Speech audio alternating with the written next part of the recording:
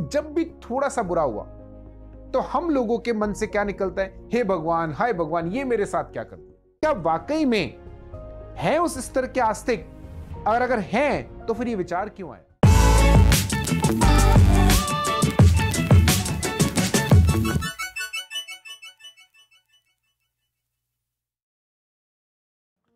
आप अपने आप को आस्तिक कहते हैं, भगवान पे बहुत विश्वास है, ऐसा आप सब लोगों को कहते हैं।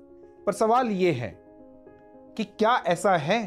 पूछिए अपने आप से कि क्या कभी ऐसा हुआ कि कभी आपको लगा है कि भगवान आप पर विश्वास नहीं रहा, या कभी आपने मंदिर में जाके या आपने कभी भगवान की मूर्ति के आगे खड़े होकर यह बोला है कि भगवान अब मुझे आप पर विश्वास नहीं रहा, यह आपने मेरे साथ अच्छा नहीं करा, यह आपने मुझे बहुत गलत करा। आप कहते अपने आप को आस्तिक हैं। जब बहुत अच्छा चल रहा है तो बड़ा अच्छा लग रहा है आपको, भगवान का बड़ा आशीर्वाद आप जो है ले रहे हैं, भगवान को बहुत धन्यवाद भी दे रहे हैं, अच्छी बात है, देना भी चाहिए। लेकिन जब भी थोड़ा सा बुरा हुआ तो हम लोगों के मन से क्या निकलता है, हे भगवान, हाय भगवान, ये मेरे साथ क्या कर दिया, क्या कर दिया भगवान, ये मेरे साथ कितना बुरा करा, अब मेरा आपके ऊपर विश्वास ही नहीं रहा भगवान। ऐसा होता है ना। लेकिन क्या सवाल यह है कि क्या ये आपकी आस्तिक होने का जो प्रमाण आप लोगों को देते हैं, या जो आप दुनिया के सामने कहते हैं कि मैं आस्तिक हूं, मैं भगवान को बहुत मानता हूं या भगवान को बहुत मानती हूं, तो क्या वाकई में है उस स्तर के आस्तिक? अगर हैं तो फिर ये विचार क्यों आया? क्योंकि अगर आप भगवान पर इतना विश्वास करते हैं तो आपके मन में कभी भी, चाहे बुराई क्यों ना रहा हो, आपके मन में कभी भी ये आना ही नहीं चाहिए था कि भगवान ये क्या कर दिया। एक कहानी सुनाते हैं। एक बार एक आदमी भगवान के मंदिर में गया, भगवान को जाके प्रार्थना करके बोला कि भगवान आप इतने सालों से यहां खड़े हो, थक गए होंगे, ये काम आज मुझे कर लेने दो, मैं दिन भर यहां खड़ा रहूंगा, आप जाकर थोड़ा घूम कर आओ। भगवान को लगा यार कह तो सही रहे, मुझे बहुत इतने दिन हो गए खड़े खड़े, इतने साल हो गए इस मंदिर में खड़े खड़े, एक दिन कहीं घूम कर आता हूं। भगवान ने उसको कहा ठीक है। उसकी भगवान ने बात मान ली और वो भगवान की जगह आकर खड़ा हो गया। अब जब भगवान जाने लगे तो भगवान ने उसको एक चीज बहुत अच्छे से समझाई कि देख ध्यान रखना, कोई भी आए, कुछ भी मांगे, कुछ भी बोले, रिप्लाई मत करना, कुछ बोलना मत, चुपचाप उसकी बात सुन लेना, और शाम को जब मैं आऊं तो मुझे आकर वो सारी बातें बता देना, मैं अपने आप मैनेज कर दूंगा। उसने कहा ठीक है साहब, जैसा आप कह रहे हो प्रभु वैसा ही करूंगा। भगवान चले गए घूमने, वो आदमी आकर भगवान की जगह खड़ा हो गया। अब थोड़ी देर बाद एक सेठ जी वहां पर आए, बड़े बिजनेसमैन थे, बहुत सारा पैसा। उन्होंने आकर भगवान से पहले हाथ जोड़कर ये बोला कि भगवान आपका बहुत बहुत धन्यवाद, इतना धन मुझे दिया, नया बिजनेस चालू करने जा रहा हूं, आप बस आशीर्वाद दिए कि मुझे बहुत पैसा मिले, इस बिजनेस में बहुत बरकत हो। ठीक है कहकर जाने लगा, और जैसे ही मुड़ा तो उसका पर्स वहीं गिर गया। अब वो जो आदमी भगवान बना बैठा था, वो चाहता था कि मैं ये बात इसको बता दूं, लेकिन भगवान ने मना किया था ना उसको कि कुछ भी हो तू बोलना मत, किसी को कुछ भी बोलना मत। वो सेठ जी चले गए। थोड़ी देर बाद एक दूसरा आदमी आया, रोता हुआ, बिलखता हुआ, परेशान सा, बोला प्रभु कुछ आशीर्वाद दो, कृपा करो, बहुत ही बुरे हालात हैं, पत्नी हॉस्पिटल में एडमिट है, पैसे नहीं है मेरे पास, इलाज कराना बड़ा जरूरी है, मैं आपसे प्रार्थना कर रहा हूं कि मेरे हॉस्पिटल पहुंचने से पहले कुछ ना कुछ इंतजाम करा देना। वो जैसे ही बोल के मुड़ा तो उसे वो पर्स दिख गया। उसने पर्स उठा लिया, भगवान का धन्यवाद दिया, बोले भगवान बहुत बहुत धन्यवाद, इसमें बहुत सारे पैसे हैं, मेरी पत्नी का इलाज इससे हो जाएगा, और चला गया। अब वो जो भगवान बने हुए बैठे थे, वो आदमी जो भगवान बना हुआ बैठा था, उसको लगा यार ये तो गलत हुआ, सेठ जी का पर्स गिरा और ये उठाकर ले गया, लेकिन भगवान ने मना किया था कुछ बोलना मत, तो बेचारा कुछ नहीं बोला, चुपचाप खड़ा रहा।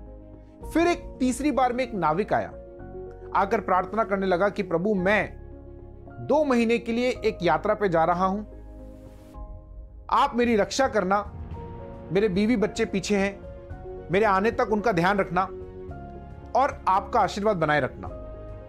यह कहकर हाथ जोड़कर जैसे ही मुड़ा तो देखा सामने से पुलिस आ रही है और साथ में सेठ जी हैं। अब सेठ जी ने जैसे उस आदमी को देखा, वो तुरंत पुलिस से बोला इसी आदमी ने मेरा पर्स चुराया है, क्योंकि मेरे जाने के बाद यही आदमी इस मंदिर में आया। अब सेठ जी को पता नहीं चला कि इससे पहले भी एक आदमी यहां आया हुआ है। सेठ जी ने बोला इसी ने मेरा पर्स चुराया। पुलिस उस आदमी को, उस नाविक को पकड़ के लेके जाने लगी। अब वो जो भगवान बना बैठा था वो व्यक्ति, उसका सब्र का बांध टूट गया। वो बोल पड़ा, बोले ये झूठ बोल रहा है, इस आदमी ने पर्स नहीं चुराया, ये सेठ जी झूठ बोल रहे हैं, इनको पता नहीं है। इस नाविक के आने से पहले भी एक आदमी आया था, वो इनका पर्स लेकर गया। पुलिस ने जाके उस आदमी को पकड़ लिया, जेल में डाल दिया। अब वो जो आदमी भगवान बना बैठा था बड़ा खुश हुआ, देखो आदमी ने कितना अच्छा काम करा। सेठ जी को उनका पर्स मिल गया। नाविक ने वाकई में पर्स नहीं चुराया था तो उसको मुक्ति मिली, रिहा मिला, वो उसको पुलिस नहीं पकड़ के लेके गई।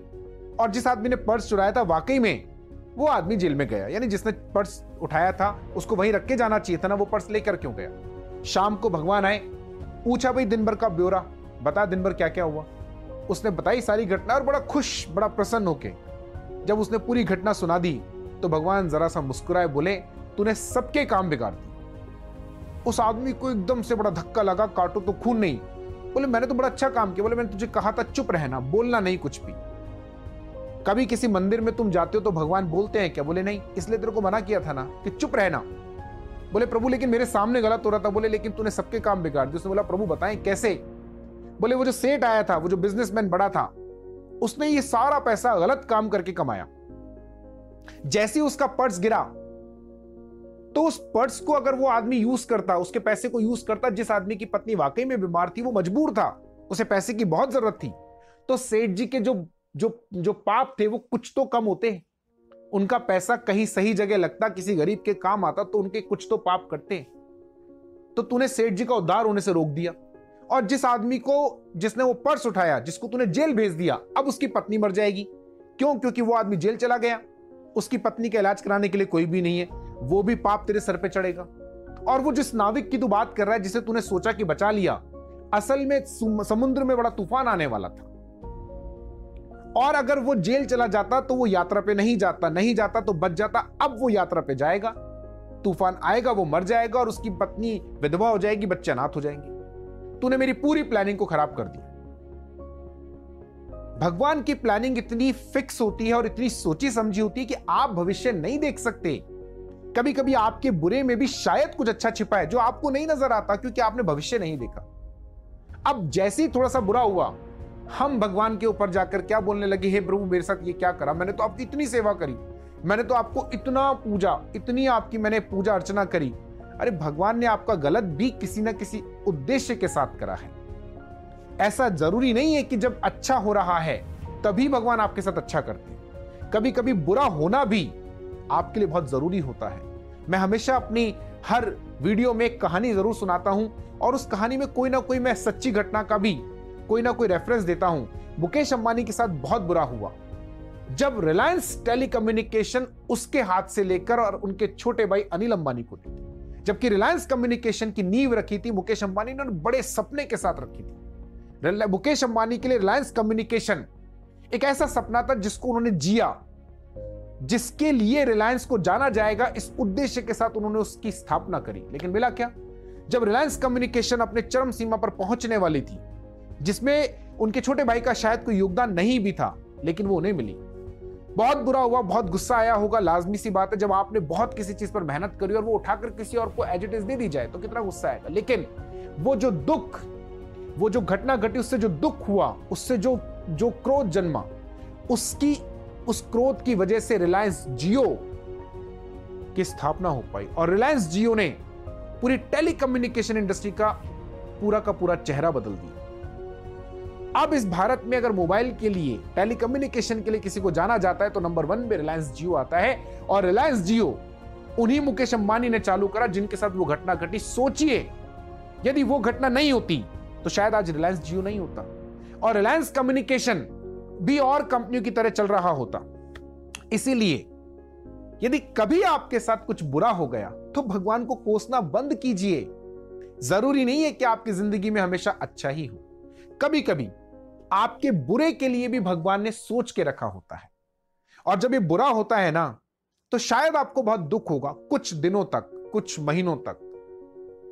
लेकिन जब आप लॉन्ग टर्म में देखेंगे, आगे जाके देखेंगे, तो शायद उसमें कोई अच्छी चीज भगवान ने आपके लिए सोच के रखी। तो आस्तिक होने का मतलब सिर्फ ये नहीं है कि जब आप खुश हैं तब तो भगवान बहुत अच्छे लग रहे हैं, और जब आपके साथ जरा सा बुरा होने लगा तो आपको भगवान बुरे लगने लग गए, या आपको भगवान में कमियां नजर आने लगी। फिर आपके साथ अच्छा हुआ, फिर आपको भगवान अच्छे लगने लगे। तो ये आस्था नहीं कहलाती, इसे आस्तिक होना नहीं कहते। आस्तिक वो आदमी होता है जिसे कोई फर्क नहीं पड़ता कि भगवान ने अच्छा दिया या बुरा दिया, मेरे लिए सब बराबर है। अच्छा भी भगवान की मर्जी से आया, बुरा भी भगवान की मर्जी से आया। तो इसीलिए ध्यान रखें, कभी बुरा हो तो सोचिए कि अच्छा भी तो हुआ और ये बुरा जो हो रहा है शायद इसके लिए भी भगवान ने कुछ सोच के रखा।